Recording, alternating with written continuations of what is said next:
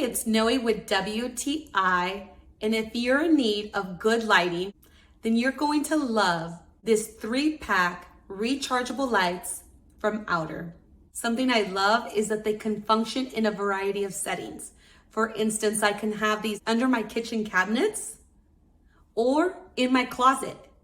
I was able to install these all by myself. I love that the magnetic strip allows you to put them wherever you need them to be. Something that's really cool is that they have 3 settings, so off, on, and auto.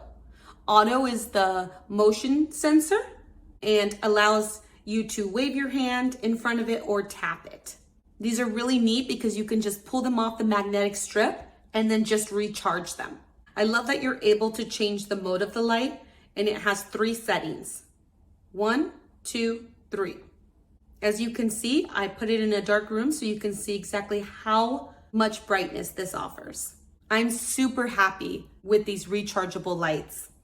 I think it's very practical that you're able to recharge the lights instead of having to replace batteries. So if you're looking for a practical way to get lighting in your room or your space, then you're going to love this 3-pack rechargeable lights from EAUTOR. And that's my point of view.